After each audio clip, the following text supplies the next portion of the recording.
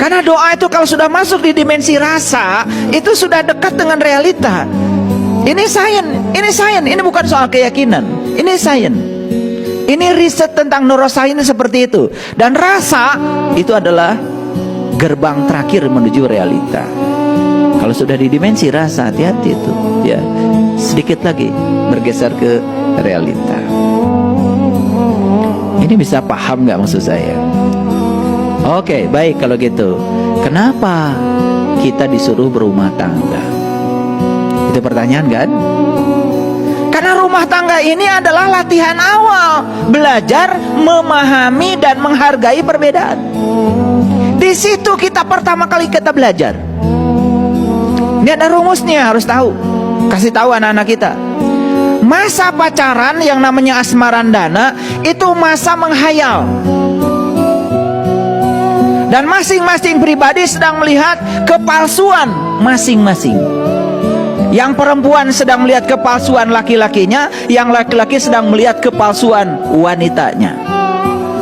Di masa asmarandana yang sedang dilihat oleh masing-masing adalah kepalsuan. Makanya indah, palsu dua-duanya. Begitu selesai asmarandana, masuk fase yang sebenarnya, namanya gambuh. Di situ saling melihat aslinya. Makanya begitu sudah nikah, baru ada keluhan. Saya baru tahu, ternyata pasangan saya sifatnya beda banget dengan saya. Ayo, akui secara jujur. Kalian dengan pasangan beda banget. Bukan beda, pakai banget. Jadi pasangan itu kan namanya juga pasangan. Pasangan itu beda. Makanya siapa yang berhasil memahami dan menghargai perbedaan di level kecil yang bernama rumah tangga, ini akan menjadi modal besar ketika dia keluar dari rumah. Dan dia kira ketika dia meninggalkan pasangan, kemudian nikah lagi dengan yang baru, akan mendapatkan yang cocok gitu. Kan pasangan lagi, berarti akan dapat yang tidak cocok lagi. Terus mau sampai kapan? Karena ketika kamu gak lulus matematika, tidak mungkin kan remedialnya bahasa Inggris, ya tetap matematika dong. Betul nggak? Iya. Makanya orang-orang yang masih menolak, ya, menolak kontradiksi dalam hidup, dia akan mendapatkan kontradiksi yang sama berulang-ulang dalam hidupnya. Jangan lari, jangan lari. Makanya sudah, apapun yang terjadi, terima saja, lulus. Nah, setelah lulus satu level, maka kamu akan dapat yang lain lagi, yang jauh lebih keren lagi. Itulah hidup. Kan hidup itu belajar. Dan ciri orang belajar itu berubah. Karena belajar itu indikator utama adalah perubahan. Jadi kalian belajar dengan saya, ya harus berubah.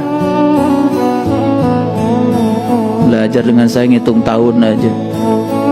Udah belajar sama ya guru 3 tahun. Apa yang mau dibanggakan kalau kamu nggak berubah? Yang bisa dibanggakan adalah perubahan. Setuju apa tidak? Ini ngomelin pagi-pagi. Gak tahu, pokoknya hari ini, pagi ini saya pengen ngomel aja.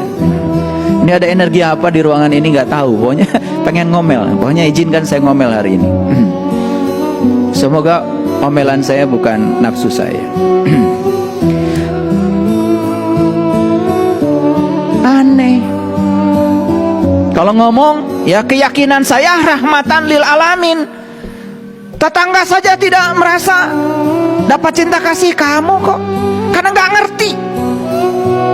Rahmatan itu bahasa Arab, artinya cinta kasih. Dan cinta kasih itu indikatornya adalah bertumpu pada orang lain, bukan bertumpu pada kepentingan diri sendiri. Kalau Anda rahmatan lil alamin, ayo tunjukkan Anda itu menjadi pelindung yang aman bagi setiap orang yang bertemu dengan Anda. Bukan orang lain justru merasa terancam dengan kehadiran Anda, terancam dengan keyakinan Anda, terancam dengan kebodohan Anda, terancam dengan kebutaan Anda. Itu kan berbahaya. Jadi inilah pentingnya moderasi beragama di Indonesia. Perhatikan saya, moderasi itu dari kata moderator. Moderator itu penengah. Makanya kalau ada diskusi harus ada moderator supaya diskusinya teratur. Moderasi berarti titik tengah. Nah, kata moderasi ini dari bahasa Inggris, tetapi kata moderasi ada dalam Quran. Ini bahasa Quran, moderasi itu. Bahasa Qurannya adalah wasit, wasato, wasit, wasaton. Makanya aku ciptakan kamu menjadi umat pertengahan. Jadi sebetulnya harusnya tidak ada yang ekstrim, ekstrim kiri maupun ekstrim kanan. Yang ada itu adalah pertengahan. Nah, di pertengahan itu namanya moderat. Nah, ini buat agak kuliah dikit lah, biar keren. Kita menghadiri upacara pernikahan. MC sudah mempersilahkan semuanya untuk masuk ke ruangan, karena upacara pernikahan akan dimulai. MC menyampaikan sebetulnya pasangan ini berbeda, jenis kelaminnya berbeda, cara berpikirnya berbeda, adat istiadatnya berbeda, maka yang berbeda ini akan ditandingkan. Ada nggak gitu? Bubar itu upacara pernikahan. Nah, yang beda ini akan disandingkan. Betul nggak? Didudukan di kursi pengantin yang indah. Kan begitu. Kan disandingkan, bukan ditandingkan. Betul nggak? Makanya saya belajar semua tradisi agama. Bahkan kemarin ketika saya diundang oleh Bante Damosudo, pada Damosubo di Jakarta, saya dihadiahi begitu banyak ya kitab-kitab Buddha. Dan alhamdulillah selama Ramadan kemarin saya baca semuanya. Duh, saya menangis. Saya berterima kasih, itu hadiah besar buat saya. Saya bisa belajar Dhammapada yang lengkap. Saya juga bisa belajar Dhammapada yang edisi singkatnya. Luar biasa. Saya belajar Tripitaka. Saya belajar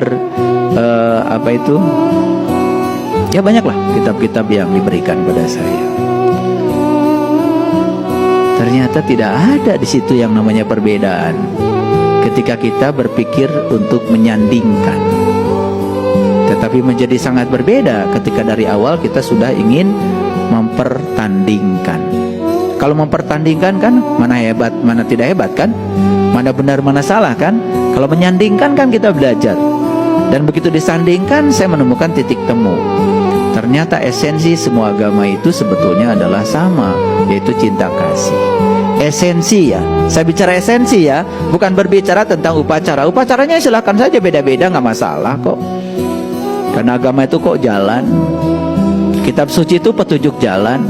Guru-guru suci itu penuntun jalan. Yang penting Anda punya jalan dan tekun di jalan Anda. Dan yang kedua, Anda bisa membaca petunjuk jalan Anda supaya Anda tidak sesat jalan. Kan gitu saja. Maka disinilah perlu guru yang bisa menuntun jalan. Ada jalan, ada petunjuk jalan, ada penuntun jalan. Cukup? Nggak cukup, harus punya kendaraannya.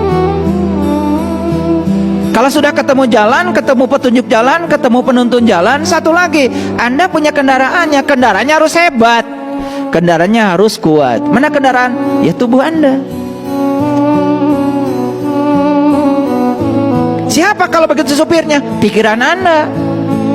Siapa penumpangnya? Jiwa Anda. Kadang-kadang merasa jalan kita paling hebat, lalu nyalahin jalan orang. Ya orang yang sibuk mikirin jalan orang, kan dia nggak jalan-jalan. Orang udah pergi kemana, dia masih di situ-situ saja. Betul nggak? Iya. Paham maksud saya? Nah, yang akan sampai di rumah kita yang tekun. Yang tekun. Yang nggak mikirin jalan orang lain, yang tidak merasa paling benar jalannya. Makanya agama yang paling baik adalah agama yang mengantarkan pemeluknya lebih baik. Itu jawaban yang sangat bijaksana. Paham maksud saya? Oke. Baik ya.